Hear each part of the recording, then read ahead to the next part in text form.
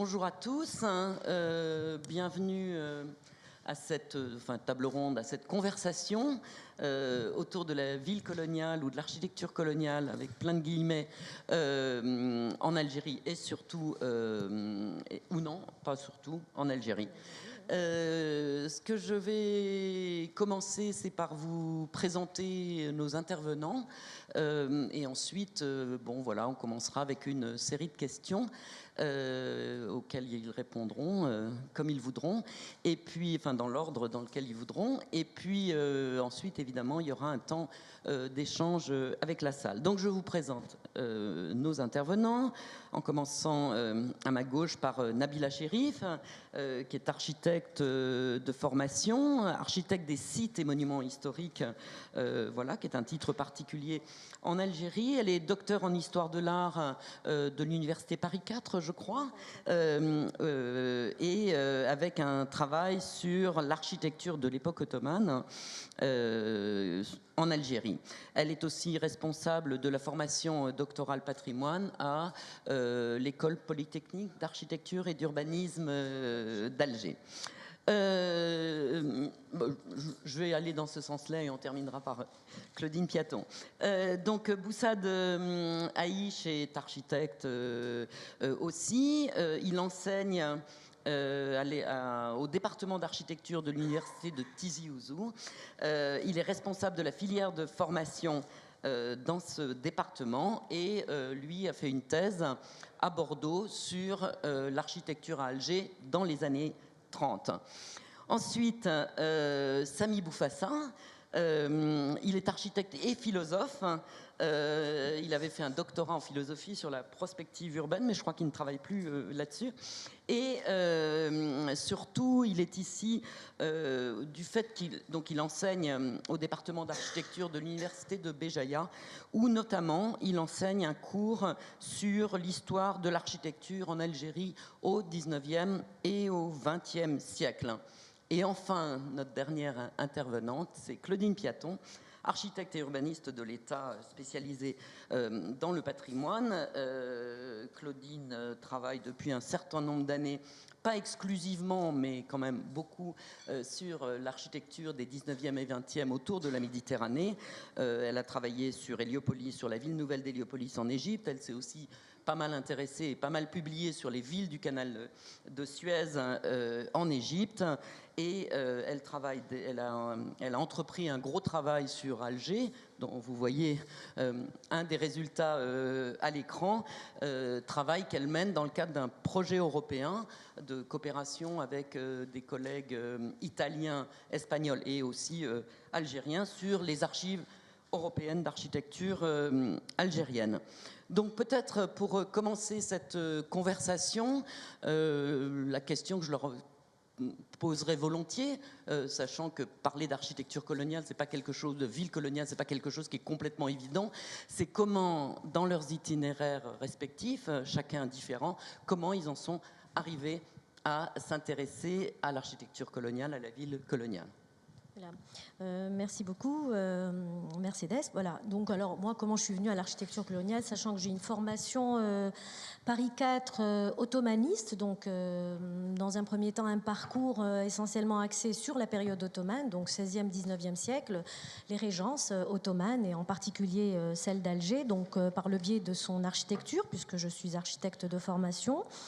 Et puis, alors, dans mes missions pédagogiques à l'école d'architecture d'Alger, j'ai construit un cours sur l'architecture du 19e siècle, donc les premières décennies de l'architecture française, mais qui était en lien avec l'architecture ottomane, puisque tout le monde sait que la ville française s'est installée sur la ville ottomane. Donc, ça m'intéressait de voir comment est-ce que toute la structure de la ville française s'est installée sur la structure de la ville ottomane. Et alors, en abordant le 19e siècle, évidemment, j'ai pris conscience de l'existence d'un patrimoine, moi je l'appelle patrimoine, on pourra discuter après dessus, d'un patrimoine de période française extrêmement important et même plus important sur le plan visuel, hein, dans nos vécus et dans notre vécu quotidien à Alger, puisqu'il occupe une grande partie du paysage de la ville d'Alger. Alors, je suis par ailleurs, comme l'a dit Mercedes, architecte des sites et monuments historiques, et de par cette qualité-là, en fait, on s'intéresse uniquement au patrimoine qui est protégé et qui est classé. Or, en Algérie, ce qui est classé et protégé, ce sont les patrimoines de la période antique, de la période médiévale et ottomane, mais pas du tout les patrimoines de la période française. Donc, je me suis dit, là, il y a quand même un gros problème, parce que ce qui est quand même apparent dans nos paysages de ville, ce sont les architectures du 19e et 20e siècle. Donc, mon combat pour le classement de ces architectures a commencé à partir de là, dans des mouvements associatifs, en sensibilisant les étudiants sur ce patrimoine. Et donc, j'œuvre dans des groupes qui tentent de faire infléchir les politiques pour admettre et accepter l'idée que toutes les architectures du 19e et 20e siècle sont à considérer au même plan, en tout cas patrimonial, que les architectures des autres périodes. Et je me suis donc impliquée dans la réhabilitation, donc sur le terrain pour le coup, de l'architecture de cette période pour le compte de la wilaya d'Alger, c'est-à-dire l'équivalent de la ville d'Alger ou mairie de Paris, si vous voulez, mairie d'Alger, donc qui a lancé, je vous en parlerai tout à l'heure, un grand nombre de projets de réhabilitation de l'architecture française, la réhabiliter seulement parce qu'elle tombe de vétusté, mais pour moi, mon arrière-pensée, c'est non seulement participer à la remettre en forme, mais aussi de faire accepter l'idée par un travail pédagogique souterrain et même apparent, qu'il y a là un patrimoine qu'il faut absolument mettre en valeur, chérir, au même titre que les patrimoines des autres périodes. Donc voilà comment je suis arrivée à m'intéresser à la ville du 19e et du 20e siècle. Boussad, tu veux enchaîner ? Oui, très bien. Merci Mercedes. Pour ma part, je suis aussi architecte de formation, comme l'a dit Mercedes tout à l'heure. Mon intérêt pour la question des architectures coloniales, entre guillemets, on reviendra sur cette question plus tard, je pense. C'était aussi dans le cadre d'un travail qui a été fait pour une thèse qui s'est arrêtée, qui s'est développée sur l'architecture d'une période précise à Alger, c'est-à-dire c'est la période des années 30, où on va voir un peu l'influence de l'art déco, des architectures locales sur la production architecturale durant la période coloniale. Donc, mon intérêt pour cette architecture, évidemment, c'est développé avec le temps, puisque aujourd'hui, j'enseigne aussi la matière architecture et urbanisme des 19e et 20e siècles au département d'architecture de Tizi Ouzou. Et sur cette question en particulier, on aborde maintenant une nouvelle vision, je dirais une vision plus contemporaine de ce patrimoine.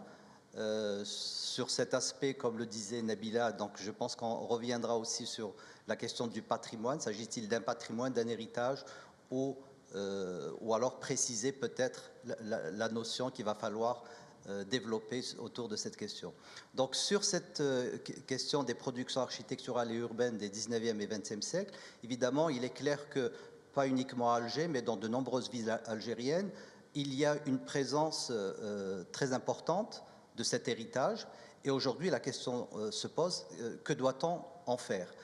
Une partie de cet héritage commence à souffrir un peu de problèmes de vétusté, de dégradation, etc. Donc il y a clairement une nécessité de mettre en place soit une politique, soit des actions pour le maintenir encore en place, et surtout pour le sauvegarder. Et les questions qui se posent aussi bien au niveau des autorités qu'au niveau de la société civile, c'est quels sont les moyens à mettre en œuvre et que doit-on faire pour justement donner à ce patrimoine la place qui lui revient. Bon, il est clair que du point de vue institutionnel, en termes de protection, les accents sont assez timides, bien qu'on ait commencé à classer quand même quelques édifices appartenant à cette période, mais beaucoup de choses restent à faire. Donc je crois qu'on reviendra plus en détail sur ces questions par la suite, et je donne la parole donc à Samy. Bonjour. Donc moi, mon histoire avec le 19e et le 20e siècle, c'est lié à ma formation d'architecte qui s'est déroulée à Constantine entre 85 et 90, où je suis resté frustré parce qu'on ne m'a pas donné un aperçu sur cet héritage architectural et urbain. À l'époque, on étudiait les boulevards haussmanniens de Paris, mais on n'étudie pas l'architecture en Algérie. Donc, dès que j'ai eu l'occasion, dans mon département à Bdjeya, j'ai saisi l'occasion Et je me suis lancé dans la recherche et dans la préparation de ce cours, sachant que pour ma thèse de doctorat, j'ai fait le grand écart, j'ai travaillé sur la prospective urbaine en Occident. Donc c'est par simple curiosité. Retour aux sources quand même. En quelque sorte, oui. Voilà. Claudine. Oui, alors moi effectivement, je viens d'une formation donc urbaniste de l'État, donc architecte spécialiste dans le patrimoine et le patrimoine français. Et donc je commençais à m'intéresser en fait à la rive sud de la Méditerranée à travers effectivement une expérience en Égypte, qui était une expérience de protection d'ensemble urbain. Et puis ensuite donc à Héliopolis, dans un quartier du Caire. Et puis ensuite, donc, je me suis plus intéressée aux villes du canal de Suez. Et effectivement, là, la démarche a un peu changé, puisque je me suis plus intéressée à l'histoire de ces villes, en fait, et avec, surtout en essayant de travailler à la fois sur le terrain et à la fois dans des archives. Donc c'est en croisant archives et terrain que j'ai essayé de développer, enfin en tous les cas, d'avoir une nouvelle vision de cette architecture. Et donc, en plus, c'est en continuant le parcours, j'allais dire le long du littoral méditerranéen, que, bon, à l'occasion de projets internationaux, donc j'ai fait la connaissance de Boussad, et c'est comme ça, de fil en aiguille, que je suis arrivée à m'intéresser au patrimoine d'Alger. Et essentiellement aussi dans une perspective de documentation historique, c'est-à-dire en croisant le terrain et les recherches archivistiques. Et je pense qu'on reviendra sur la question des archives et des sources pour documenter cette architecture un petit peu plus tard. Oui, absolument. Je crois que c'est très important de parler de ces histoires de sources, parce que c'est aussi, d'une certaine manière, en renouvelant les sources de cette connaissance qu'on se rend compte que finalement, il y a peut-être à déplacer un peu le curseur dans la manière dont on considère cette architecture, puisque souvent, je dirais, de manière générale, on a fait beaucoup, et c'est d'ailleurs la difficulté de ce patrimoine-là, l'équation coloniale, domination coloniale, architecture équivalente de cette domination coloniale. On se rend compte que c'est plus compliqué que ça, que les acteurs sont plus divers, qu'ils sont... il y a aussi des acteurs privés, il y a aussi des acteurs non français, et que ça fait partie aussi de cette architecture qu'on nomme coloniale, entre guillemets. Donc ça sera ma deuxième, évidemment, question. On sait qu'architecture coloniale, pour nous, c'est une désignation, pour nous, Français, c'est une désignation qu'on emploie faute de mieux, et voilà, parce qu'elle est commode et on n'y réfléchit pas plus que ça.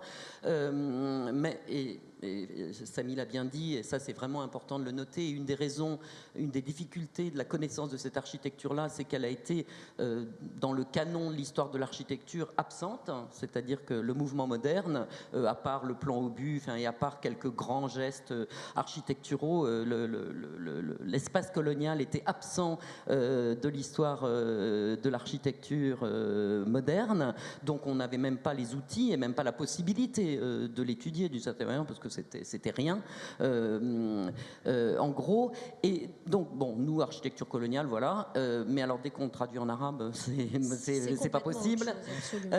Déjà, donc, on a un problème de désignation, évidemment, de cet objet. Je ne sais pas si on trouvera la réponse, mais je pense que c'est important que chacun des intervenants, chacun d'ailleurs a une opinion pas nécessaire, sur la question, s'exprime sur cette question de dénomination, parce que je veux dire, travailler sur quelque chose, c'est aussi le nommer, c'est pouvoir le nommer. Tout à fait, oui. Non, effectivement, l'appellation architecture coloniale, nous la trouvons surtout utilisée chez les auteurs français, dans les travaux de chercheurs français. Elle n'est pas utilisée en Algérie en tant que telle. En fait, il faut aussi se dire qu'aujourd'hui, l'histoire, comme toutes les sciences humaines et sociales en Algérie, sont enseignées en langue arabe. Et donc, lorsqu'on veut désigner une production intellectuelle, culturelle liée au 19e et 20e siècle, on ne dit pas architecture coloniale, on ne dit pas culture coloniale, on dit architecture française plutôt. D'ailleurs, en arabe, on dit c'est l'architecture libnaouha al-Gwer ou bien Nsara. Donc, Nsara qui veut dire européen au sens plus large, Gawar également qui veut dire européen au sens large du terme, mais l'appellation architecture coloniale, elle est déjà une construction un peu plus intellectuelle qu'on trouve dans les travaux effectivement d'érudits ou de chercheurs européens. Alors, juste un mot quand même, c'est que dans les sphères aujourd'hui de l'enseignement et de la recherche en architecture, et c'est volontaire, nous ne voulons pas la nommer architecture coloniale pour dépassionner définitivement le débat autour de cette production, évidemment, parce que si les politiques s'en mêlent, on est mal parti, parce que l'histoire est encore douloureuse, qu'elle est encore épineuse, et que forcément, l'architecture coloniale, même si c'est un butin de guerre, quelqu'un l'a dit avant moi. Je l'ai entendu, oui. Elle est quand même, oui, absolument, elle est quand même liée à la colonisation et à l'histoire événementielle douloureuse. Alors, pour dépassionner les débats, en tout cas au niveau de l'université, nous préférons la situer dans un axe chronologique et dire que c'est une architecture du 19e et 20e siècle. Si on a envie de dire que c'est une architecture française, bon, on tolère aussi cette appellation, mais il vaut mieux dépassionner le débat pour la regarder plus sereinement dans le concert de l'architecture universelle. Voilà, c'est vraiment l'astuce que nous avons trouvée. Alors, les politiques, c'est une autre chose. Je crois que les politiques n'étaient même pas conscients réellement qu'il y avait là un héritage, un patrimoine. J'y reviendrai tout à l'heure à propos des actions récentes qui sont menées par la wilaya d'Alger pour conserver tout ce patrimoine. Et vous allez voir que eux aussi font leur cheminement pour l'acceptation de cette part de paysage qu'ils commencent à peine à considérer comme un patrimoine à conserver. Voilà. Donc, architecture des Français, des Gawar, des Nsara, mais pas architecture coloniale. Ça, c'est vous qui l'avez dit, c'est pas nous. Boussade. Boussade. Okay. Moi, je rejoins un peu ce que vient de dire Nabila. Et ce qui est révélateur, c'est que vous savez qu'en Algérie, il y a maintenant l'enseignement en architecture a intégré le système LMD, un peu comme en France.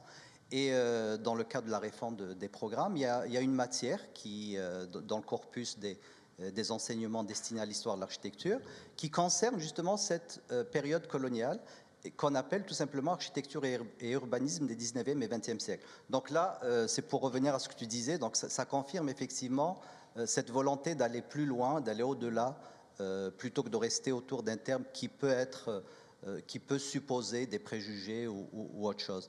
Donc maintenant, pour aller plus loin, c'est clair qu'il faut faire maintenant une histoire dépassionnée par rapport à un passé colonial. D'ailleurs, Georges Ballandier, je crois, disait qu'il parlait d'architecture plutôt en situation coloniale, pour être plus précis. D'autres auteurs aussi ont soulevé cet aspect parce qu'ils ont très, très vite pris conscience qu'il fallait faire un peu la part des choses entre l'occupation, entre la période coloniale avec tout ce que ça induit, l'histoire événementielle, voilà, par rapport à l'histoire, comme tu l'as dit tout à l'heure, et la production architecturale qui a été justement qui a émergé durant cette période. Donc ce sont peut-être deux choses pas différentes, on va dire, qui sont liées, mais qu'il faut arriver à dissocier pour mieux les comprendre. Voilà, pour mieux les appréhender. Maintenant, du point de vue de la réception, je crois que socialement parlant, cette architecture est acceptée en tant que telle. Elle est même appréciée en tant qu'héritage, patrimoine ou autre. Donc aujourd'hui, si peut-être au niveau des instances politiques, il y a une certaine, on va dire, tiédeur, une certaine distance par rapport à l'affirmation de ce patrimoine comme étant un patrimoine, je crois que socialement parlant, il est admis que cette architecture fait partie aujourd'hui de nos paysages urbains à travers tout le territoire national. Donc je pense qu'on a suffisamment dépassé à ce stade, à mon sens, le problème qui se pose par rapport au passé colonial. Donc, bon, maintenant, il y a un autre aspect, c'est que nos étudiants, et ça on en reparlera plus tard, je vais pas, voilà, dans l'enseignement, tous les étudiants qui sont en architecture, tous les étudiants d'une façon générale, sont bien entendu, sont nés bien après l'indépendance de l'Algérie. Donc leur rapport à l'histoire est différent. Et ça c'est important à mon sens, pour mieux comprendre un peu cette question de réception de cette architecture coloniale, entre guillemets. Voilà. Ça a mis un peu de contradiction quand même. Oui. Alors, Moi, c'est pas pour dépassionner l'histoire, c'est pas mon objectif. Et puis, c'est pas pour la provoque. Moi, je l'appelle tout simplement, je suis assez pragmatique, vous allez voir, je l'appelle l'architecture algérienne du 19e et 20e siècle. Pourquoi ? Tout simplement, elle est liée. Si vous visitez un jour l'Algérie, du nord au sud, vous allez voir que les structures urbaines réalisées au 19e et au 20e siècle sont très liées au climat, aux sites d'accueil, aux cultures locales. Tout ça fait de cette architecture une architecture algérienne. Autre chose, chaque ville, par exemple, moi je travaille sur Bjeya, à 100 mètres sur le haut plateau, il y a Sétif, et c'est une autre structure. Donc chaque ville a une histoire propre à elle. Et donc, ce qui me pousse à choisir cette appellation, architecture algérienne. Aussi, quelque part, c'est aussi pour me faciliter les choses. Moi, pourquoi, de quel droit j'appelle cette architecture architecture coloniale, et pourquoi je n'appelle pas les villes antiques du 1er ou 2e siècle villes coloniales aussi? Pourquoi ces villes font partie du patrimoine algérien et pas la ville du 19e siècle? C'est ça aussi dépassionner l'histoire, c'est presque, je ne sais pas si le mot convient, aligner tout. Pourquoi simple, une ville du 11e ou 12e siècle construite par les Arabes, les musulmans de l'époque, pourquoi c'est pas colonial? Pourquoi? Et du coup, moi, pour simplifier, pour moi et pour mes étudiants, c'est question de siècle. Donc, l'architecture algérienne du 5e siècle, 10e siècle, 19e, 20e siècle. Et c'est plus clair et plus facile, plus accessible. Et c'est déjà dépassionné largement. Samy, je peux abonder juste un petit mot. Oui. Là, je suis un peu d'accord avec ce que tu dis, parce que c'est vrai que 130 ans de présence française, qu'est-ce que c'est devant 350 ans de présence ottomane, par exemple?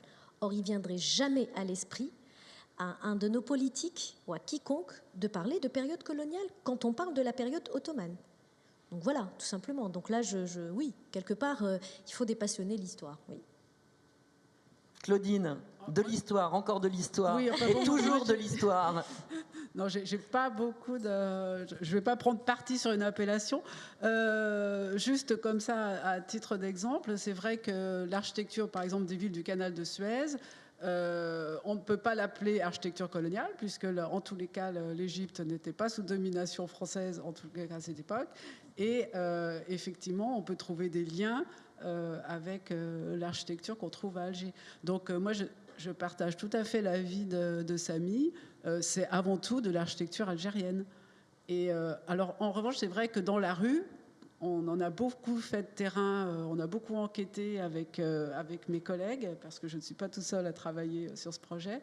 Et sur le terrain, les gens nous disent « tout ça, c'est français ». Donc, effectivement, eux, on appelle ça l'architecture française. Et en même temps, pour abonder d'une certaine manière dans ce sens-là et revenir un peu à des questions d'historiographie, en même temps, dès qu'on parle des villes du canal de Suez en Égypte, spontanément, les gens qui n'y connaissent rien, ou en tout cas qui ne connaissent pas bien, ils disent « Ah ben c'est des villes britanniques ». Et alors britannique, pourquoi? Parce qu'il y avait une occupation britannique du pays. Certes, il y avait une occupation britannique du pays, mais en l'occurrence là, c'était une concession française et dont l'essentiel de la, enfin voilà, je veux dire, où l'essentiel des cadres était français et l'essentiel des ouvriers était égyptien, et les Anglais n'avaient rien à faire dans l'histoire. C'est pas parce qu'ils occupaient militairement le pays que c'est eux qui ont construit cette ville-là. Donc je pense qu'on a aussi des espèces de schèmes comme ça interprétatifs, où on a des espèces d'équations faciles. Voilà. On réfléchit pas plus que ça, on se dit voilà, on fait notre petite cartographie structuraliste là et on se dit bah voilà, c'est occupation britannique, donc c'est une ville britannique. Bah non, c'est plus compliqué que ça, et je crois que c'est aussi ça que nous apprend l'histoire, c'est que finalement ce qu'on croit être français, ce qu'on croit être britannique se révèle tout à fait autre chose. En Égypte, ce qui est très frappant, c'est évidemment le rôle des communautés, en particulier par exemple les Maltais, etc. Les Britanniques en fait étaient des Maltais, ou voilà, les Ottomans en fait étaient grecs, les sujets voilà, locaux étaient en fait grecs, et je pense qu'en Algérie, on trouve aussi un petit peu... D'ailleurs, en Algérie, on peut dire aussi que les Français étaient espagnols, ou étaient italiens, ou étaient maltais aussi. Ce sont des Européens, de manière générale, hein, qui sont arrivés par la colonisation, et donc c'est vrai que c'est... Le mot « gawer », d'ailleurs, veut dire plutôt européen, hein, dans le sens... voilà. L'enseignement. Donc peut-être pour continuer la conversation, c'était la question effectivement, donc comme vous l'avez un petit peu abordé déjà, comment on enseigne cette architecture et comment on l'étudie. Alors là, c'est pas simple parce que pour le coup, l'histoire fait que les archives sont dispersées ou qu'elles sont partagées, ou pas partagées, qu'elles devraient être partageables et qu'elles ne le sont pas nécessairement. Donc est-ce que vous voulez parler un peu de ça, à la fois de l'enseignement. De l'enseignement, oui, de l'enseignement. En fait, aussi paradoxalement que cela puisse paraître, l'enseignement de l'architecture du 19e et 20e siècle en Algérie est un fait assez récent. Nous présents, tous les trois, je pense, dans nos cursus, début des années 80, en tout cas dans la décennie des années 80, il n'y a jamais eu dans les écoles, les départements d'architecture, d'enseignement de l'architecture 19e et 20e siècle algérienne. Alors, cela s'explique, entre autres, hein, ça n'est pas du tout du fait des idéologies politiques ou des injonctions d'un pouvoir ou d'une tutelle qui demande à ce qu'on n'enseigne pas telle ou telle période. C'est l'histoire même des programmes et l'histoire même de la formation dans les écoles d'architecture qui, au départ, ce module-là, cette matière-là, a été confiée à des coopérants italiens, en l'occurrence. C'est la faute des Italiens. Donc, ils ont enseigné l'histoire de l'architecture et on les a laissés libres de confectionner les programmes qu'ils voulaient et naturellement, ils allaient vers les choses qui les intéressaient. D'abord l'architecture antique. Donc voilà, on a reçu quand même une dose d'enseignement sur Rome et toutes les colonies romaines en Algérie. Donc on connaît relativement bien notre patrimoine romain. Deuxième centre d'intérêt pour ces enseignants italiens, l'architecture vernaculaire, la Casbah, les Rsours du Sud et ainsi de suite. Mais les Italiens, ça ne leur est pas venu à l'idée d'enseigner l'architecture française 19e, 20e siècle, en tout cas de la période du 19e et du 20e siècle. Donc, voilà, donc ça peut s'expliquer par cela. Alors, donc nous n'avons pas eu d'enseignement de l'architecture 19e, 20e siècle en Algérie, si ce n'est, en tout cas dans le cours d'histoire d'architecture, l'histoire d'architecture est appréhendée dans une chronologie mondiale et globale. Alors on va de la Mésopotamie jusqu'aux temps modernes, mais c'est les temps modernes européens. Donc on oublie que l'Algérie existait, ou en tout cas le Maghreb ou la rive sud de la Méditerranée existait au 19e et 20e siècle. Donc ça ne s'est pas fait. Alors, la réforme du LMD, et peut-être juste un petit peu avant, on a commencé à s'intéresser à la notion de patrimoine et cheminer dans l'esprit des gens l'idée que la période française, l'architecture française pouvait être aussi considérée comme un patrimoine. Et là, se sont mis en place donc un cours d'enseignement de l'histoire de l'architecture qui, bien sûr, a pour but de donner à des architectes en formation les clés de lecture et de compréhension d'une architecture, mais avec un objectif particulier, celui de les aider à projeter et à construire et à intervenir dans les friches. En général, les terrains d'études sont toujours des friches à l'intérieur de ces villes françaises. Donc l'objectif n'était pas là aussi encore, au début de la construction de ces cours, d'enseigner l'histoire de ces architectures, mais plutôt déceler les enseignements que ces architectures-là et ces villes du 19e et 20e siècle pouvaient, les enseignements qui pouvaient être, appréhendés pour le projet d'architecture ou pour le projet de planification urbaine. En fait, les productions architecturales et urbaines du 19e et 20e siècle étaient prises comme modèle qui consistait à dire le savoir-faire la ville est dans l'architecture française et dans la ville française. Alors c'est relatif comme jugement, parce que nous avons depuis l'indépendance produit des villes hideuses.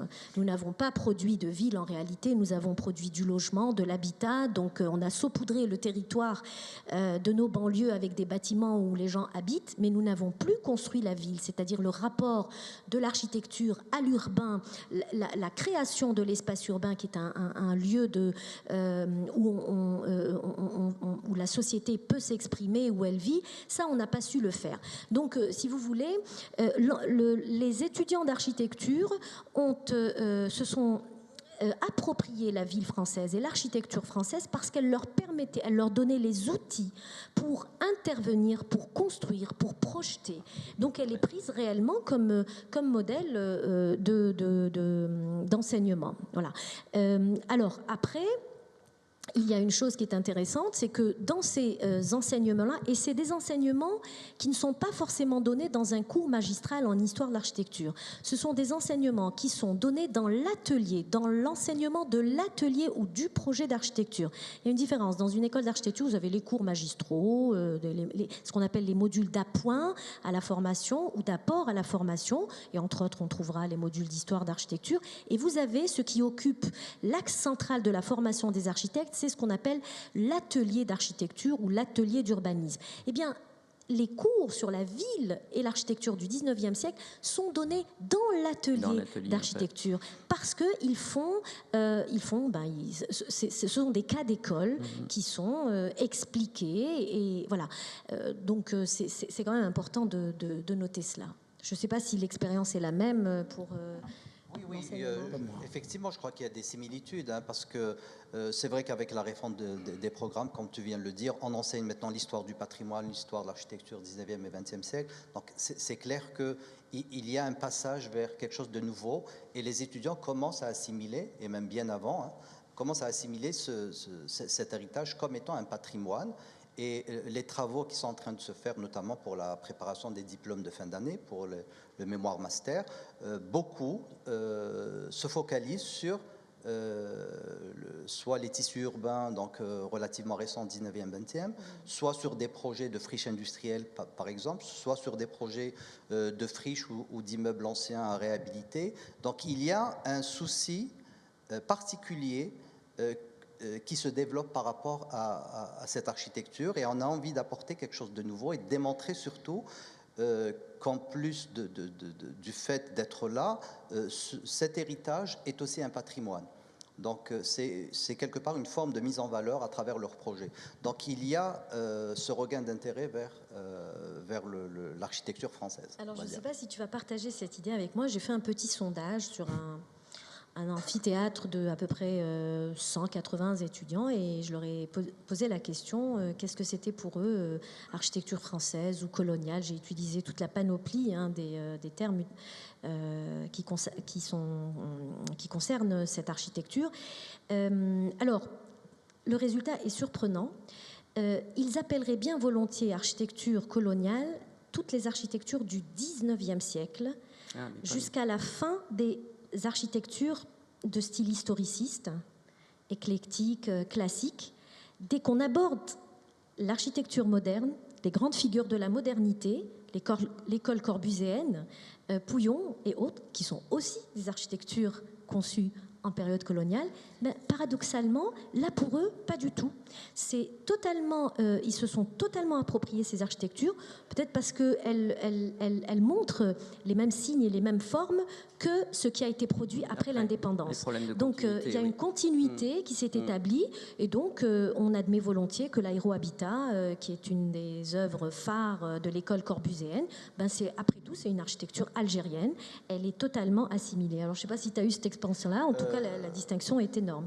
Et toute l'architecture du 19e siècle, avec les statues, les sculptures, ben ça c'est plus européen, c'est plus lié à la métropole, et c'est donc plus lié au style du vainqueur, comme le dit François Béguin, donc le style de la colonisation. Et l'architecture moderne, ben non, elle est totalement appropriée. Samy, peut-être un mot sur les représentations des étudiants. Oui, moi chaque année je fais un questionnaire, vous allez voir, mais avant j'aimerais bien, moi je suis différent de mes collègues, je suis mais pas c'est dans bien, une on a le droit. Hein. Je suis pas dans une optique de patrimoine. Moi, je fais de l'histoire de l'architecture, donc j'essaie d'expliquer les phénomènes historiques et comment les Français, ils ont façonné notre territoire, soit à l'échelle du territoire, soit les centres de colonisation, soit les centres urbains. Et donc, mon travail, je ne prononce jamais le mot patrimoine pour vous dire. Ça ne veut pas dire que je suis contre la sauvegarde de cette architecture, mais ma démarche, elle est beaucoup plus axée sur l'histoire. Donc moi, dans ma région, Bjaya, c'est la Kabylie orientale, on n'a pas de livres, on n'a rien sur cette époque-là, et j'ai trouvé que la meilleure façon de travailler avec les étudiants, c'est de les pousser à aller sur terrain, à faire des relevés. Donc chaque année, chaque étudiant, il choisit un bâtiment, laid, beau, on s'en fout. L'essentiel, c'est que à force de travailler pendant 3 mois sur ce bâtiment, donc quelque part, il va être sensible à cette architecture. Rien que cette année, par exemple, j'ai poussé mes étudiants à travailler sur le fer forgé des balcons, à travailler sur les carreaux de ciment, à travailler sur la céramique sur des façades. Et donc, l'étudiant, quelque part, quand il passe 3-4 mois à dessiner et à redessiner les relevés, quelque part, oui, il devient sensible à cette architecture. Concernant les questionnaires, moi, il y a 3 ans, j'ai posé une question, faut-il sauvegarder cet héritage architectural? J'avais 35 étudiants en Master 1. Sur 35, un seul, il m'a dit qu'il faut finir, il faut tout raser, il faut finir avec les traces du bourreau. Le reste, la majorité, les 34, ils ont tous développé un argument comme quoi cette architecture, elle est habitée déjà, donc on l'utilise aujourd'hui. Donc pour nos besoins d'aujourd'hui, elle est utile, elle est belle.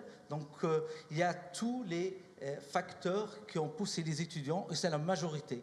Depuis 4 ans, chaque fois, je leur dis, est-ce qu'on peut s'identifier à cette architecture? Et là, je ne vous cache pas, à 98%, ils me disent non. Ça, c'est pas la nôtre. C'est vrai. On peut la sauvegarder, on peut la garder. C'est une architecture intéressante, mais c'est pas la nôtre. Mais Samy, donc là, tu as raison. Samy, il y avait aussi, pardon Nabila, je vous coupe parce qu'il y avait aussi cette anecdote concernant les centres de torture, c'est-à-dire que la représentation commune, c'était que l'architecture coloniale, c'est des centres de torture, mais à Béjaïa, il ne peut pas y avoir eu 240 centres de torture quand même. Mais parce que mes étudiants, quand ils partent dans les villages, dans les anciens centres de colonisation, quand ils travaillent par exemple sur des équipements, des écoles et tout, des fois on n'a aucun document. Donc une fois qu'ils terminent le relevé, je leur demande de faire une description et un historique du bâtiment. Et des fois, pour faire l'historique, ils font des entretiens avec les habitants. Et des fois, je ne sais pas si c'est vrai ou non, je ne sais pas, mais en tout cas, chaque fois qu'il y a une école, ça c'est à travailler dans l'histoire, chaque fois qu'il y a une école, ils me disent c'était un centre de torture. Non, mais c'est intéressant. Oui, donc je ne sais pas, voilà. D'ailleurs, je voulais rajouter quelque chose par rapport à ça. C'est-à-dire, tout dépend après, lorsque le bâtiment est classé, et parfois c'est le cas, du critère de classement. Il y a du patrimoine 19e, surtout 20e siècle, qui est classé parce que la maison des 22, parce que c'était le lieu où se regroupaient les toujours résistants lié à algériens. l'histoire coloniale, voilà, toujours lié à l'histoire contemporaine, soit de la guerre, cas, oui. soit de la colonisation ou autre. Donc il y a des critères de classement, donc où là il faudrait faire un peu la part des choses, où on ne classe pas parce que c'est du XXe siècle. C'est le mémorial. Mais c'est le mémorial qui compte, comme le classement de certains pénitenciers, etc. Mais ce qui est intéressant, c'est par exemple avec le classement relativement récent de la Grande Poste des galeries algériennes, qui est donc dans un style purement néo-mauresque. Mais ça, c'est le néo-mauresque. Donc voilà. ça, on peut peut-être s'identifier au néo-mauresque. Voilà. Donc là, il y a peut-être un double langage, bien que le néo-mauresque avait quand même une idéologie purement coloniale. Purement coloniale. Voilà. Mais on l'accepte probablement plus facilement au niveau institutionnel comme étant du patrimoine, alors que c'est aussi du patrimoine colonial. Voilà. Et Claudine. Oui, moi, je voulais rajouter quelque chose par rapport à ce que disait Nabila sur l'acceptation du patrimoine des années 50 par rapport au patrimoine du 19e. Alors, effectivement, nous, quand on a commencé à travailler, donc à faire nos enquêtes, et à faire aussi beaucoup de bibliographie. On s'est rendu compte qu'il y avait énormément d'études sur justement le patrimoine des années 50, toutes les expériences des grands ensembles, etc. D'ailleurs, on dit que les grands ensembles sont issus des expériences, enfin les grands ensembles en France sont issus des expériences faites en Algérie. Le laboratoire colonial, enfin, c'est la métaphore du laboratoire. Et en revanche, on n'a pratiquement aucune étude sur le 19e siècle. Donc le 19e siècle n'a pas intéressé non plus les historiens de l'architecture, mais je pense que c'est aussi lié parce que le 19e, en général, n'intéresse pas les historiens de l'architecture, qui préfèrent l'architecture art déco ou l'architecture moderne. Donc, effectivement, alors c'est peut-être aussi pour ça que les étudiants sont aussi moins intéressés par l'architecture du 19e, parce qu'ils n'ont pas toutes ces références bibliographiques à leur disposition. Toute cette glorification du mouvement moderne aussi. Voilà. Donc, tout à fait. Oui. Donc effectivement, là le travail sur Alger, nous, au contraire, on a décidé de s'intéresser particulièrement à cette architecture du 19e siècle, qui est effectivement très intéressante parce qu'elle est finalement très différente de celle qu'on produit à la même époque en métropole, avec beaucoup de variations, des choses qui justement n'ont pas été étudiées. Naples, le modèle napolitain. Par exemple, avec des influences effectivement espagnoles ou italiennes qui sont très intéressantes. Samy veut dire quelque chose. Alors, moi je crois, l'explication, elle existe aussi en France, c'est les styles à façade, ça veut dire l'art nouveau, le néoclassique et tout. Je crois même dans les écoles d'architecture en France, on ne s'intéresse pas vraiment, même l'art déco, c'est que récemment qu'on commence à s'intéresser à ce style. Et je crois qu'on a focalisé dans les départements d'architecture sur le mouvement moderne parce qu'il a chamboulé l'espace, il a décortiqué un peu tous l'îlot traditionnel et tout. Et donc, c'est cette originalité qui a été mise en valeur. Et les styles que j'appelle moi, oui, les styles, le maquillage de la façade, on ne s'est jamais intéressé parce que ils n'étaient pas révolutionnaires. Et c'est que maintenant, je crois même en France, c'est maintenant qu'on commence à s'intéresser. En France, c'est François Loyer, la grande étude, c'est les années, le mi-temps des années 80 sur l'architecture urbaine. C'est toute la redécouverte de l'architecture urbaine, de l'îlot à la barre, etc.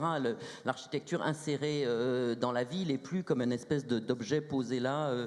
Oui, bien sûr, c'est aussi extraordinairement... Donc, paradoxalement, c'est dans le 19e siècle, en tout cas pour les enseignants qui enseignent le projet d'architecture urbaine, parce qu'on ne fait pas un objet dans l'absolu, c'est pas paradoxalement dans le 19e siècle quand même qu'on a les meilleurs exemples de l'adéquation architecture et ville. Or, notre plus grande faillite dans l'Algérie post-indépendance, c'est qu'on a peut-être produit quelques objets exceptionnels sur le plan de l'architecture, mais on n'a pas su refaire la ville, celle qui crée du lien social, celle qui établit des hiérarchies dans les espaces publics, celle qui crée la rue, celle qui crée la place, celle qui crée le jardin, celle qui crée en somme toute une armature d'ordre. Et donc ce que l'on aime et ce que l'on aime à montrer dans la ville du 19e siècle, c'est justement toutes ces dimensions-là que le mouvement moderne et l'architecture moderne n'ont pas produit. On reste très critique quand même vis-à-vis des bars et des productions du mouvement moderne, parce que si peut-être il y a des avancées sur le plan du fonctionnement de la cellule, du logement, et on peut en discuter encore, hein, mais en revanche, la création de la ville n'existe pas. Ce sont des ensembles qui sont saupoudrés. Un dernier mot aussi qui me semble être important, on est quand même très critique et on le sait bien, même si aujourd'hui on voit la ville française avec des yeux admiratifs comparativement à ce qu'on ne sait plus faire, on est quand même tous conscients et on attire l'attention des architectes, des jeunes architectes, que le modèle, par exemple pour parler simplement du logement, de l'habiter, le modèle à l'intérieur de ces îlots et ces immeubles de rapport ne convient pas du tout à nos usages. Il ne convient pas complètement, en tout cas, à nos usages et à nos pratiques de l'espace. Les balcons ne sont pas utilisés, on a besoin de cours intérieurs, donc il y a toute une recherche à appréhender par rapport à l'espace domestique. On le sait bien, l'immeuble de rapport, il est très beau, c'est un bel objet qui fait la ville, mais dans l'usage et les fonctionnalités qu'il propose par rapport à la fonction, par exemple, domestique, elle reste très discutée et l'on voudrait dire à nos étudiants que nous devons changer et nous devons chercher les modèles les plus appropriés à nos usages. Le couloir, les chambres, les pièces en enfilade à la Versailles, au modèle de Versailles ne peut pas convenir à nos usages et à nos pratiques de l'espace. Donc effectivement, ça, c'est un débat que nous avons avec nos étudiants. Moi, je voulais rajouter quelque chose sur la question du 19e siècle, tu en parlais tout à l'heure. Alors, beaucoup d'auteurs parlent d'architecture importée, notamment pour la période 19e siècle, parce qu'on est effectivement dans des modèles qui sont calqués sur les modèles parisiens, métropolitains d'une façon générale. On retrouve vraiment le même style architectural, les mêmes composantes, les mêmes éléments de structure, etc. À partir du tournant du siècle, notamment avec Jonard et l'avènement du néo-mauresque, c'est vrai que là, on sent qu'on est en train de basculer vers une forme de production architecturale qui s'est un peu laissée infiltrer par les particularismes locaux, par la culture locale, notamment après les grandes orientations du gouverneur Jonard. Et le XXe siècle est plus dans une forme de production mixte ou métissée, alors que le XIXe est peut-être resté un peu en l'état comme une importation métropolitaine, effectivement. Donc peut-être que ça pourrait expliquer, c'est juste une lecture que je suis en train d'en faire, le pourquoi un peu de ce que tu disais tout à l'heure. Le 19e c'est français, le 20e c'est plus, voilà, c'est à tout le monde. C'est moderne. Et avec le mouvement moderne, un peu les protagonistes du mouvement moderne au niveau local étaient aussi, pour certains, pas tous, assez soucieux un peu d'une forme d'intégration de la tradition, des particularismes locaux dans la production architecturale, notamment avec Simounet et beaucoup d'autres architectes. Pouillon. Alors Pouillon, est-ce que c'est de l'architecture algérienne ou pas? Claudine. Je rajouterais aussi que les grands programmes des années 50 sont des programmes donc d'État, alors que les grosses productions du 19e siècle sont des productions de spéculation immobilière faites par des privés. Donc on a deux systèmes complètement différents. La recherche. La recherche. Un petit mot quand même sur la recherche, oui, parce qu'elle est récente en Algérie. La recherche, en tout cas, sur ce patrimoine. Et puis, est-ce qu'on peut l'appeler patrimoine? Quelles sont les formes d'appropriation? Quel type de mémoire il nous oppose? Et ainsi de suite. Alors, sur une quinzaine d'années, j'ai fait un petit sondage sur les sujets, les thématiques de recherche liées à cette architecture. D'abord, ce qui est incroyable, c'est qu'on a plus de recherches sur l'architecture et l'urbanisme du 19e et 20e siècle que sur l'architecture et les villes antérieures à l'arrivée des Français. Premier constat. C'est quand même, là on peut s'interroger.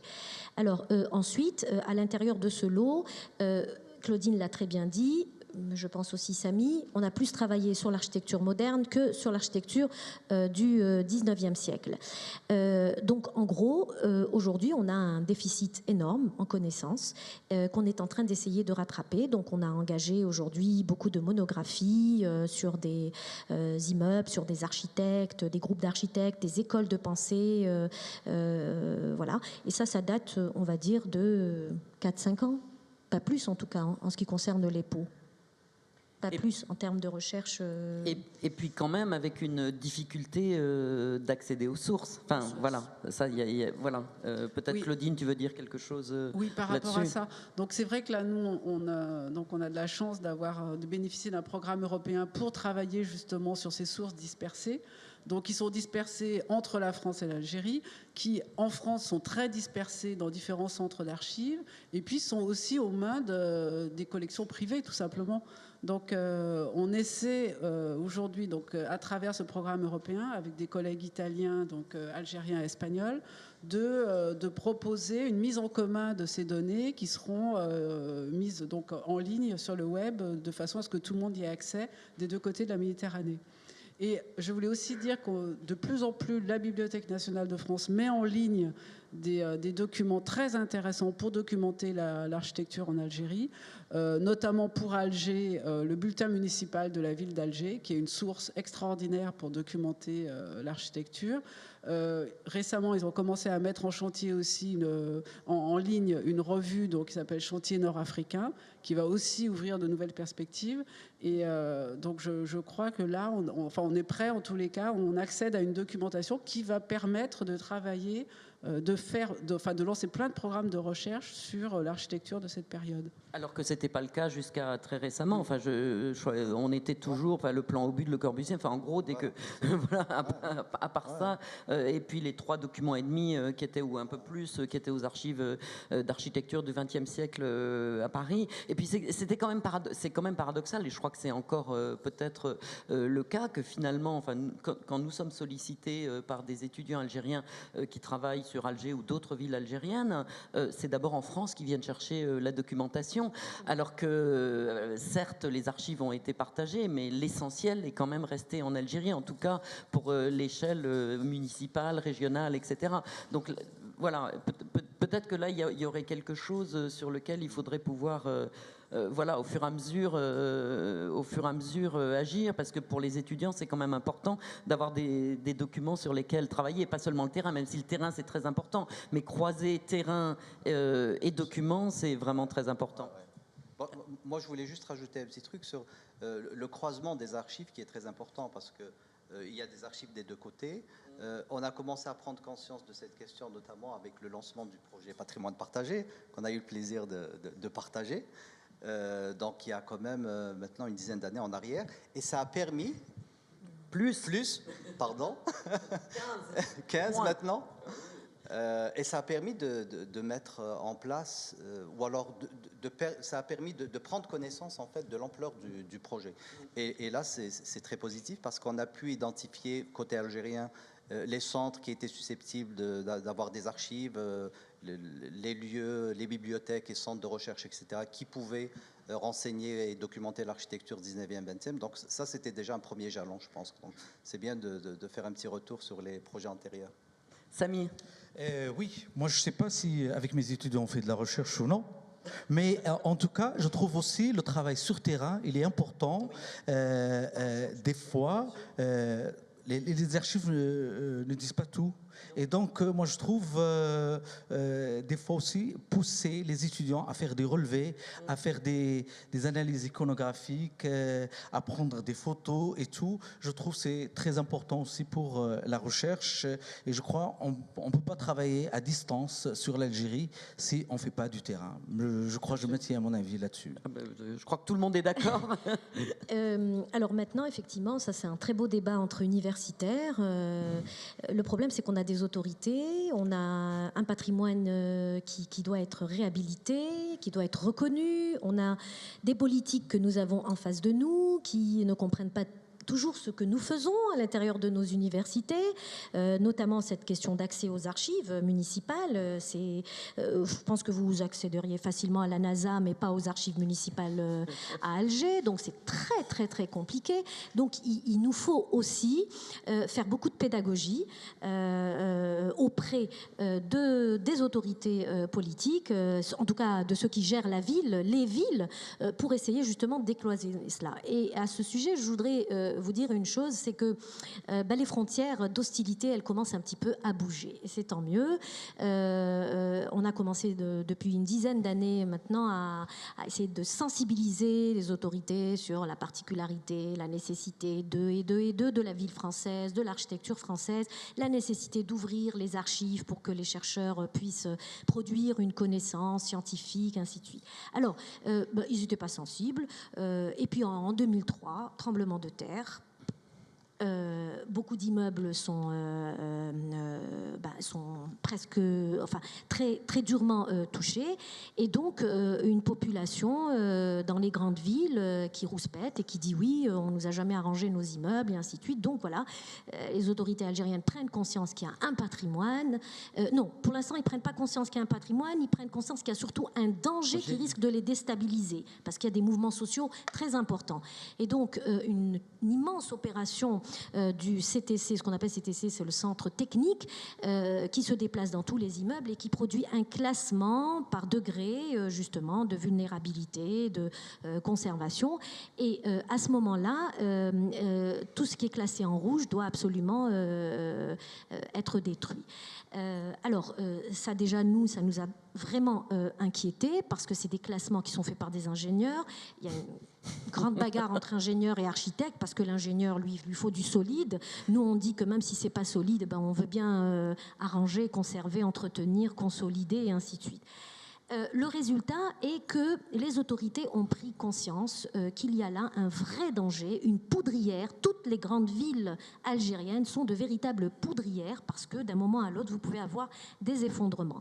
Alors on a béni le tremblement de terre. On l'a béni parce qu'on s'est dit enfin ils vont prendre conscience qu'il faut s'intéresser, s'occuper de ces bâtiments. Alors on a saisi cette brèche dans nos écoles, en tout cas pour l'école d'architecture, pour proposer à la wilaya d'Alger donc de les aider à mettre en place des cahiers de charges pour les interventions sur ces bâtiments, pour la question de la réhabilitation. Alors pour nous c'était l'idée c'était de les obliger à accepter notre collaboration. Ils l'ont fait très facilement et on leur a dit alors à ce moment-là ouvrez-nous les archives. Ils commencent à le faire petit à petit, mais c'est surtout l'idée qu'en imposant un cahier des charges de la réhabilitation, on allait enfin pouvoir définir les types d'actions qu'on pouvait mener sur ces bâtiments. Pas de destruction systématique, mais on étudie au cas par cas. En fait, on s'est positionné dans une posture de centre historique. Alors qu'Alger n'a jamais, Alger, les grandes villes n'ont jamais été, comment dirais-je, décrétées, conçues, considérées comme des centres historiques. Donc nous avons petit à petit, et c'était très vicieux de notre part, mais on l'a fait, transposer toute la législation des secteurs sauvegardés, classés et protégés sur la question de la ville française. Et donc on a mis en place des cahiers de charges qui dorénavant imposent à chaque action eh bien, d'abord de documenter, ensuite de conserver le plus possible. On ne détruit que s'il y a un danger imminent. Et dans cette posture-là, on est dans une posture de restauration, on est dans une posture de secteur sauvegardé, de bâtiments protégés, alors que c'est une architecture qui n'est pas protégée par les textes. Voilà, donc elle est protégée en tant qu'ensemble urbain plutôt que... Enfin, Samy. Alors, moi j'aimerais bien, tout à l'heure, Claudine elle a dit que quand elle était à Alger, les gens lui disent oh, c'est l'architecture française ou je sais pas quoi. C'est l'architecture française ou je sais pas. Ouais. Moi je voulais, parler à nos invités que dans ma région, les habitants, ils font des sittings pour sauvegarder cette architecture. Dans ma région, les enfants des martyrs, ils signent des pétitions pour sauvegarder cette architecture. Ça veut dire qu'ils considèrent qu'ils ne est la leur et qu'il faut c'est la leur, mais ils n'identifient pas. Mais en même temps, c'est un phénomène, c'est une trace de l'histoire. C'est ça qui est essentiel.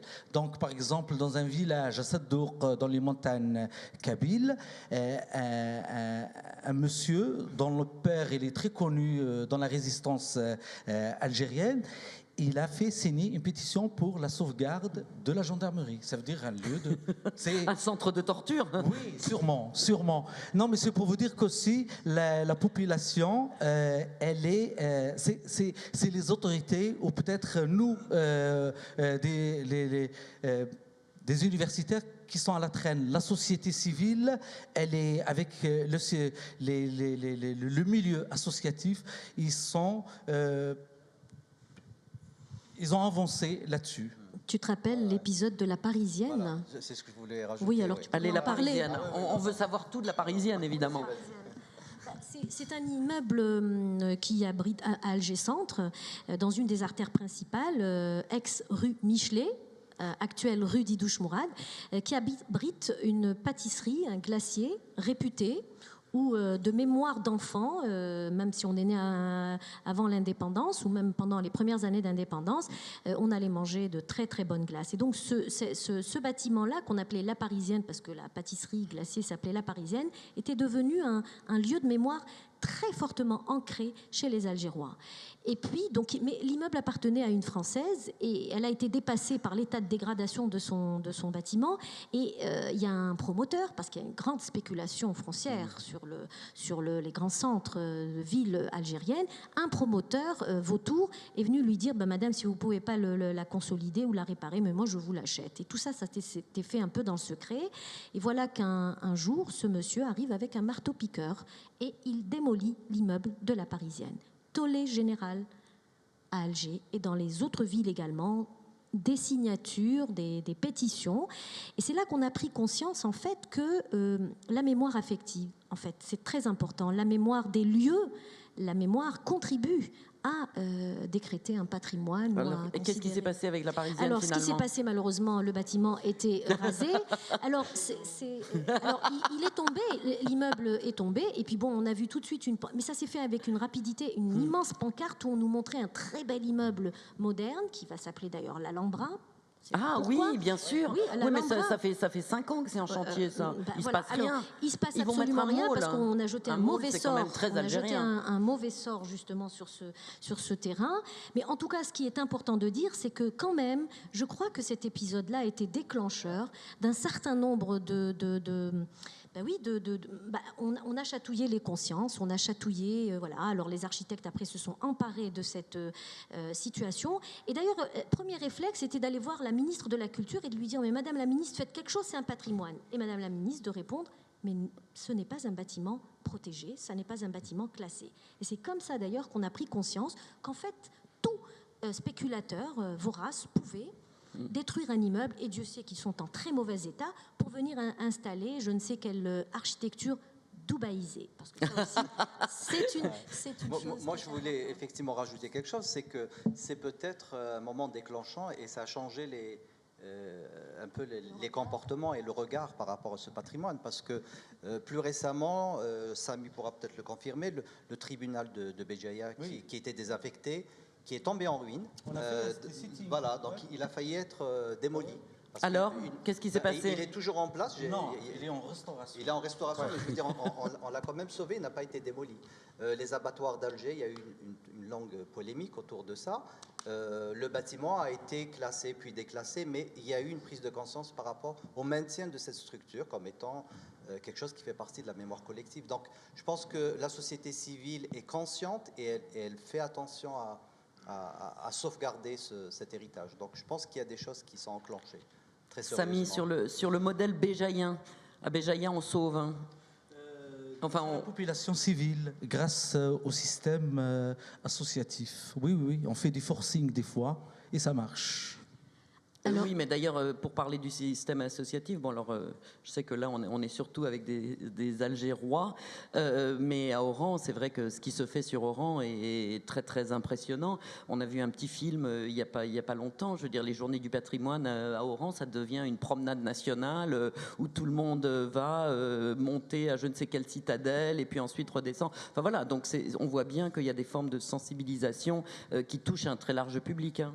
Et plus loin encore, on va dans des débats un peu plus de spécialistes, puisqu'il y a aussi une autre situation qui a déclenché des questions et des débats très intéressants, c'est la reconversion des Galeries de France, donc œuvre d'un architecte qui a signé beaucoup de bâtiments, architecte français Henri Petit, reconversion en musée d'art moderne d'Alger. Donc maintenant, Alger a un grand musée d'art moderne. Et alors l'architecte a eu la bonne idée de peindre les boiseries, parce que c'était un bâtiment néo-mauresque, des boiseries qui étaient couleur bois, évidemment. Il les a peintes en blanc parce qu'il s'est dit, si c'est un musée d'art moderne, si les toiles et les œuvres contemporaines doivent avoir un effet, ces boiseries-là sont trop présentes. Donc, il les a peintes en blanc. Alors, évidemment, là aussi, autre débat sur la question de l'authenticité, l'intégrité, qui sont à propos d'un bâtiment français, mais ces deux notions-là sont en réalité des notions associées aux théories de la restauration. Donc, vous voyez comment petit à petit, le glissement sur ces bâtiments qui ne sont même pas classés, à peine reconnus, mais dont on reconnaît la valeur esthétique, comment petit à petit des débats, qui sont des débats de restauration de monuments, sont mis en place. Et c'est tant mieux, parce que justement, maintenant, dans ce fameux cahier de charges qu'on a mis en place, on a mis en place des précautions qui ressemblent à celles qu'on pourrait prendre dans une architecture classée. Est-ce que tu veux dire quelque chose, Claudine, sur ça, sur voilà, sur les politiques patrimoniales, non Non, c'était juste par rapport à Oran et l'association Oui. donc Bel Horizon. C'est vrai que moi j'ai découvert Oran il y a 2 mois, donc c'est tout récent. Mais effectivement, en tous les cas, à Oran, il y a eu plus de destruction dans le centre-ville qu'à Alger. Et je me posais la question, je me disais, est-ce que justement l'association Bel Horizon n'est pas née du fait qu'il y avait plus de ces démolitions, alors qu'effectivement à Alger, à part la Parisienne, tout est conservé. Et c'est ce qui est assez fabuleux à Alger. Vous avez pu le voir là, à travers des images, c'est que les ensembles urbains sont fantastiques, en plus avec un relief extraordinaire. Donc c'est effectivement... Et quasi intégral, quasi conservé dans leur intégralité. Avec une homogénéité exceptionnelle. Oui. Quoi. C'est vraiment des ensembles urbains exceptionnels. Voilà. Il n'y a pas d'autre mot. Peut-être qu'on peut laisser la... Absolument. S'il y a des questions dans la salle.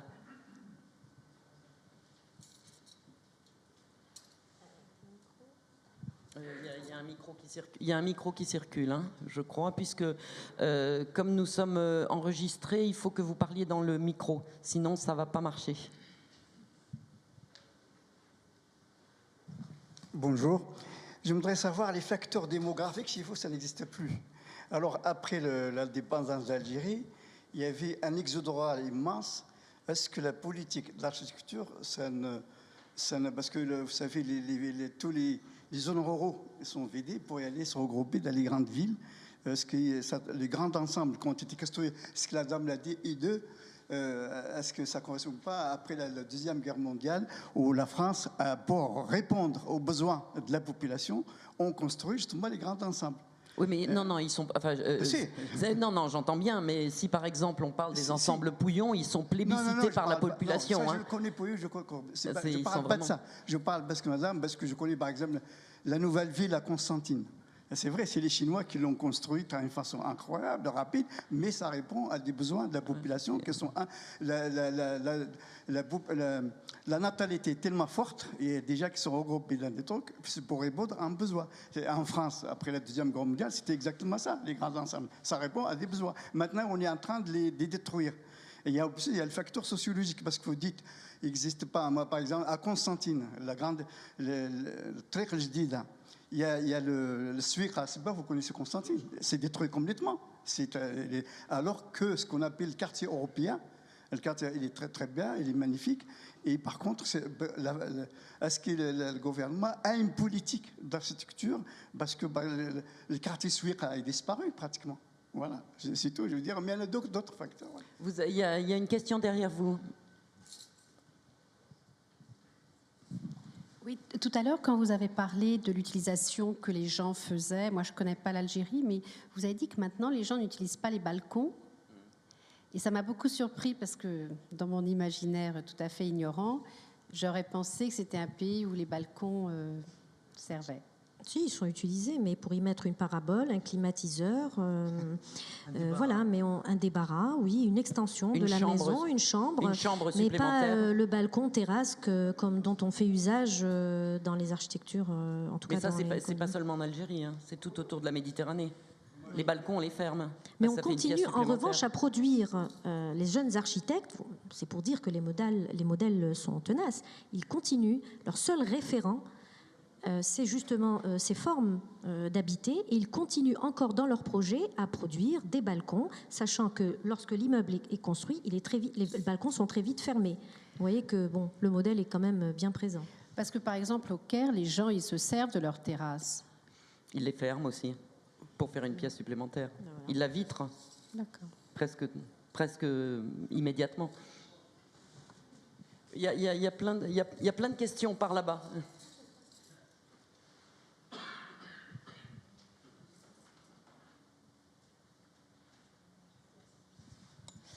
Bonjour. Donc, je dirais premièrement que les étudiants d'aujourd'hui sont les architectes et urbanistes de demain.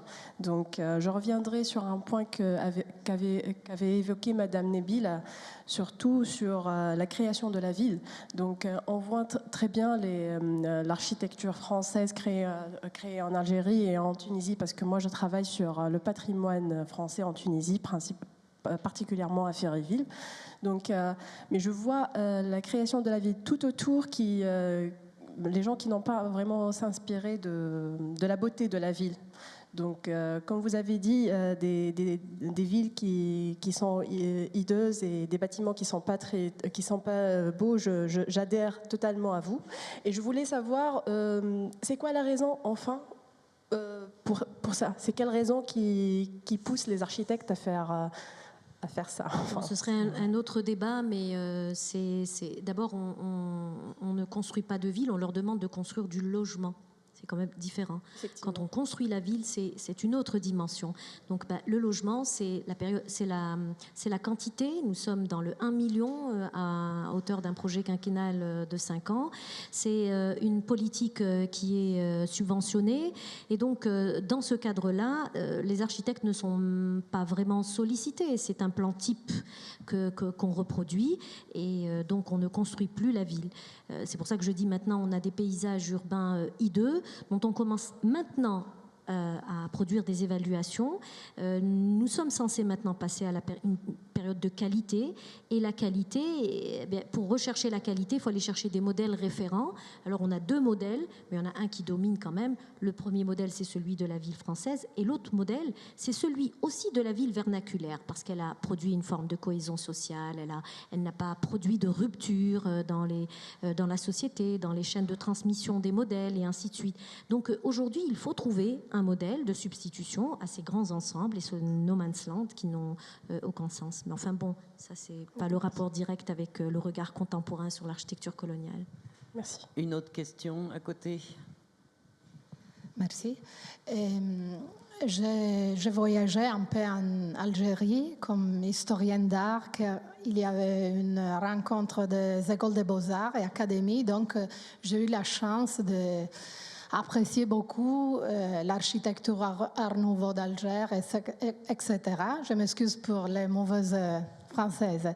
Mais j'ai eu aussi la chance de visiter l'architecture interne du pays, dans l'intérieur du pays. Donc, ma question est si vous avez aussi projet de recherche sur l'architecture interne qui est vraiment intéressant dans les 2 aspects, comme patrimoine, mais aussi pour étudier le développement durable en termes, je dirais, de bioarchitecture. Car pour moi, c'est vraiment un patrimoine incroyable du Maghreb entier. Merci.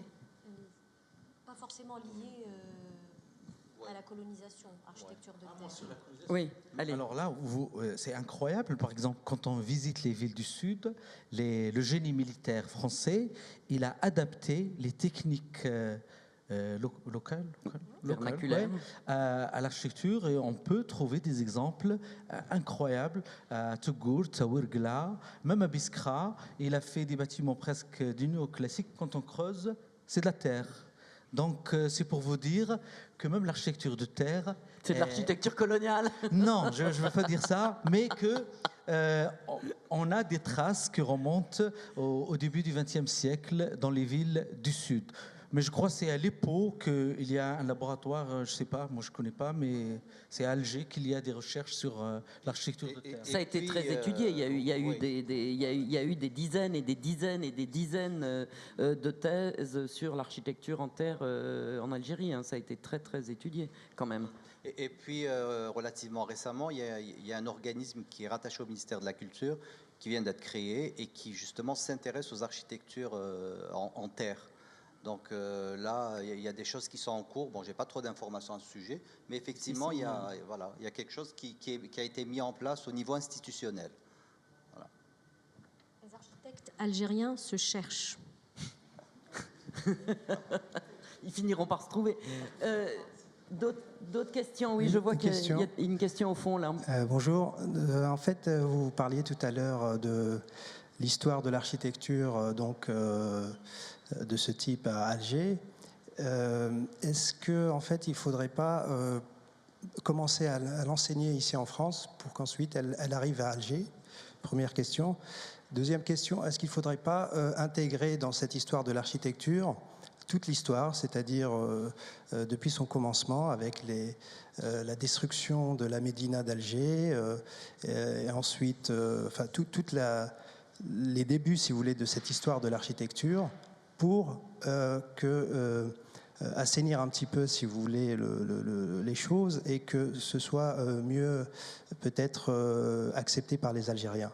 Et troisième question, on ne voit pas de reportages, de documentaires sur cette architecture, comme on l'a vu notamment pour le Maroc ou la Tunisie. Voilà, merci.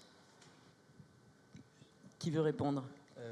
Moi, concernant Béjaïa, par exemple, quand je travaille sur l'histoire de la ville au XIXe siècle, je montre, par exemple, je commente les cartes du génie militaire, les mosquées d'avant, comment ils ont détruit la ville. Je parle de tout ce processus de destruction jusqu'à l'arrivée de la ville algérienne du fin XIXe siècle. Donc, moi personnellement, je travaille sur Sétif, Bouira, Béjaïa et Jijil. Chaque fois, je montre qu'est-ce qu'ils ont fait. Comme j'ai dit tout à l'heure, j'explique les phénomènes historiques liés à l'urbanisme. Donc, on parle des destructions pour expliquer ce qui est arrivé ultérieurement. Claudine, peut-être sur les destructions, parce que je sais que c'est quelque chose que tu as étudié, et peut-être c'est plus compliqué, c'est pas que de la destruction, c'est de la réappropriation en fait. Hein. Enfin, la destruction de la Casbah, c'est encore un sujet compliqué. Oui, mais enfin, de toute façon, étudier l'architecture du 19e à Alger, c'est forcément étudier la destruction de la Casbah, puisque jusqu'en 1880, l'essentiel des constructions donc dites françaises se font dans la Casbah. Donc ça fait partie effectivement de l'histoire de la naissance de cette architecture à cet endroit. Donc évidemment, on parle de la destruction de la Casbah, de certaines parties de la Casbah, parce que tout n'a pas été détruit. Et c'est ce qui est justement très intéressant, c'est qu'on a parfois des rues réalignées. C'est-à-dire, vous avez vu là une grande rue à arcades. On peut juste à l'arrière de cette façade, qui est juste une façade, retrouver une cour d'une maison de l'époque ottomane. Et ça arrive très fréquemment, y compris dans la rue Babazoun. Enfin, voilà, je pense que vous connaissez Alger, donc voilà. Donc, effectivement, d'étudier l'architecture au 19e, c'est effectivement aussi étudier beaucoup la Casbah, parce qu'il y a eu beaucoup de choses construites dans la Casbah à cette époque-là. Alors justement, toute la question est là. Et d'ailleurs, avec un collègue, on a essayé de travailler justement sur toutes les opérations de réalignement entre 1830 et 1870. Et effectivement, il y a beaucoup de destruction dans la basse Casbah et très peu dans la haute Casbah. Donc avec une limite qui se fait, alors je ne sais pas si vous connaissez, mais c'est en dessous de l'ex-rue de Chartres, donc si ça vous dit quelque chose. Et nous, on a été étonnés, effectivement, quand on regarde l'historiographie, on a des chiffres très, très différents. C'est-à-dire, certains disent tout a été détruit, d'autres la moitié. Et en fait, on s'est rendu compte que c'était des évaluations en fait, faites comme ça, de façon très sommaire. Et quand on regarde parcelle par parcelle, en tous les cas, le long des rues réalignées, on se rend compte qu'effectivement, il y a beaucoup de choses conservées, beaucoup plus que ce qu'on ne pense. Que ce qu'on imagine. Et effectivement, c'est surtout souvent des opérations de façade. C'est-à-dire qu'effectivement, à un certain moment, on a voulu imposer le règlement haussmannien, c'est-à-dire destruction très profonde pour pouvoir recomposer les îlots. Et c'est quelque chose qui n'a pas fonctionné. C'est-à-dire que les habitants eux-mêmes ont protesté, enfin les propriétaires ont protesté, et ont finalement réalisé leurs opérations eux-mêmes en conservant beaucoup de choses des premières constructions. Donc un immeuble haussmannien, ça peut être une demeure ottomane en fait, une fois qu'on a passé la façade, l'entrée. Samy. Et ce n'est pas le cas à Béjaïa. Moi, depuis 4 ans, j'essaie de faire des relevés sur la ville. Jusqu'à maintenant, je n'ai rien trouvé. Ça veut dire la ville a été occupée en 1833 et comment on dit, la guerre d'occupation, ça a duré 1 mois. Résultat, la ville, fin septembre 1833, elle était en ruine. Après la destruction de la ville, ça a pris une durée jusqu'à 1860. C'est pour vous dire qu'actuellement, Béjaïa, il n'y a que le centre colonial. On n'a aucune trace à part les 3 forts. La Casbah, c'est un fort d'origine turque, mais refaçonné par les Espagnols. Et on a 2 autres forts, mais à part ça, aucune trace de l'époque qui précède la colonisation française. Moi, je voulais juste rajouter quelque chose justement sur cette question de superposition, de stratification en fait des villes. Donc il y a plusieurs époques et les destructions dans de nombreuses villes algériennes juste au lendemain de la colonisation, notamment Alger, elles révèlent aussi aujourd'hui un regard plus critique, nous permet de reconstituer l'histoire urbaine de la ville parce qu'on retrouve une fois la lecture faite, des éléments de permanence qui sont hérités des périodes antérieures.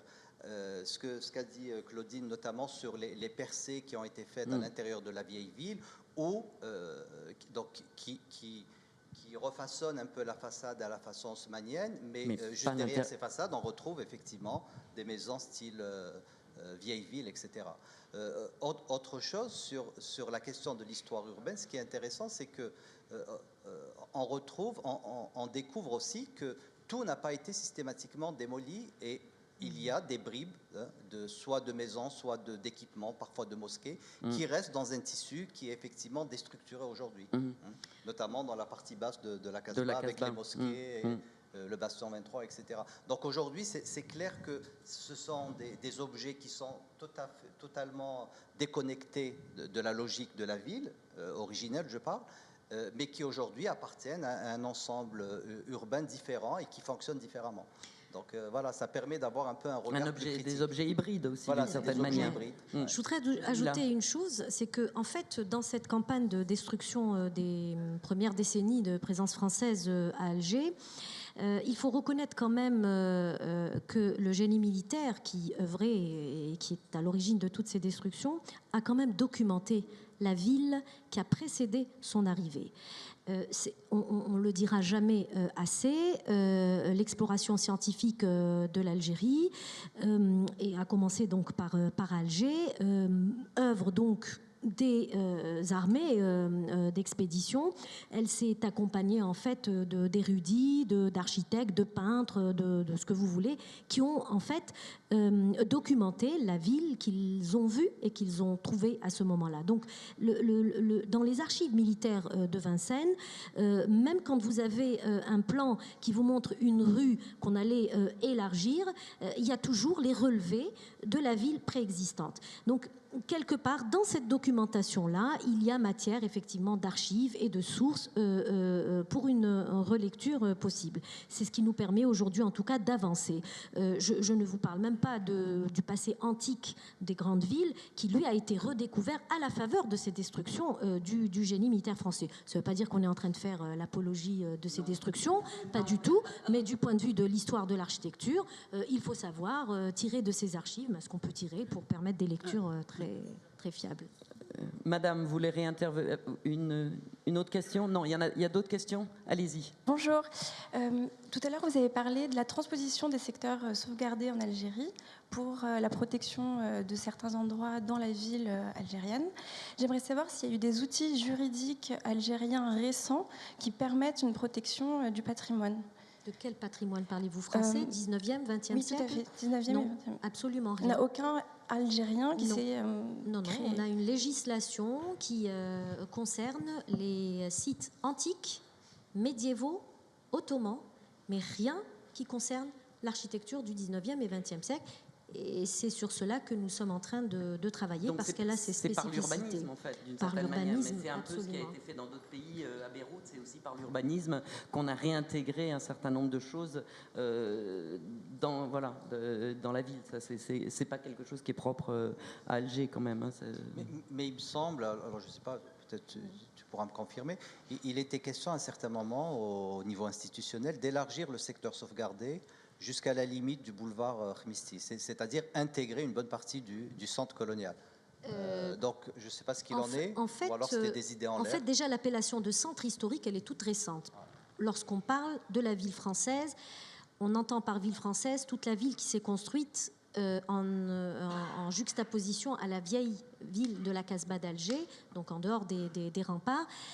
Jusque-là, les autorités algériennes appelaient cela l'Alger-Centre, le vieux bâti, tout simplement.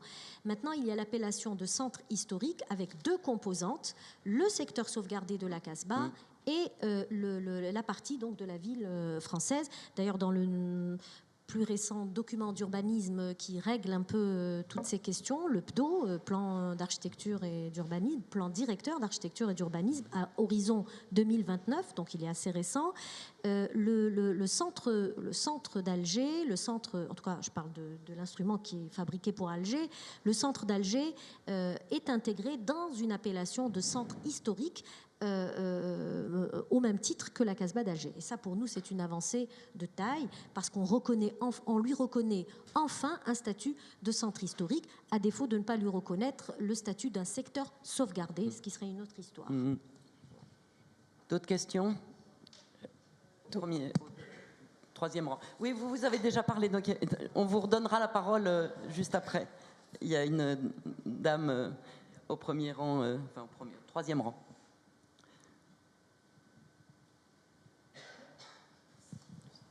C'est juste une question par rapport à une image qui m'intrigue. C'est 2 images qui sont superposées en hauteur. Hein. Il y a en noir et en blanc. Je voulais savoir si c'était l'avant ou l'après, parce que c'est assez impressionnant, avec des escaliers. Oui, alors je pense que c'est Oran et Alger, c'est ça? Non. C'est Alger. Oui. Et à gauche, elle avec est en un couleur, escalier, c'est ça. Et à droite, il y a des couleurs. Ça, c'est Alger, effectivement. Non, mais c'est la même rue? Non, c'est pas la même rue. Mais la rue qu'on voit à gauche se termine par un escalier. Non, c'est celle-là. La rue se termine par un escalier, mais ça, c'est un autre escalier. C'est pas l'escalier. Mais ça existe toujours parce que mais tout existe, oui. Ça, c'est une photo du chantier de construction de l'escalier. D'accord, c'est magnifique. Voilà. Et là, c'est une vue actuelle. Mais c'est ce qui est assez fabuleux à Alger. C'est que tout existe à Alger. Non, parce qu'elle est en noir et blanc, c'est pour ça. Je me suis posé la question. Ouais. Mais c'est ça.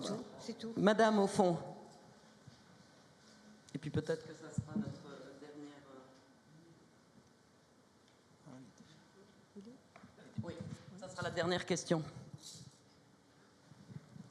Donc je voulais savoir si toutes les villes qui ont été créées par les Français en Algérie, sur tout le territoire algérien, étaient juxtaposées à la Médina ou à une ville ancienne. Y avait-il une ville qui a été créée sans un terrain oui, les villages de colonisation. De proximité? Oui.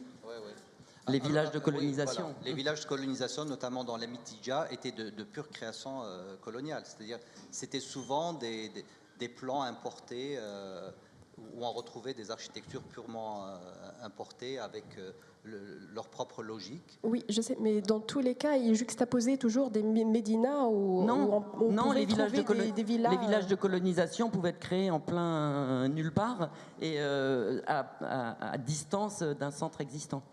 D'accord. Et ils étaient tous créés par des génies militaires, c'est ça? Non, pas des architectes ou des urbanistes. Il n'y a pas que les villages de colonisation. On a créé des villes ex nihilo. Par exemple, le cas de Sétif, il y avait l'enceinte byzantine et les Français, ils sont installés juste à côté avec un urbanisme en damier, je peux dire à la romaine. Et il y a une ville à l'ouest très connue qu'on appelle Sidi Bel Abbès. C'est créé ex nihilo. Donc, les Français, quand ils trouvent une ville, Mascara par exemple, elle a été détruite comme Abidjaya. Mais il y a des villes, la majorité, ils se mettent à côté. Enfin, où ils laissent un tout petit peu aux Algériens et ils occupent la ville existante. Voilà. Et bien, sur ces fortes paroles, s'il n'y a plus de questions, eh bien, nous vous remercions d'avoir assisté à cette table ronde.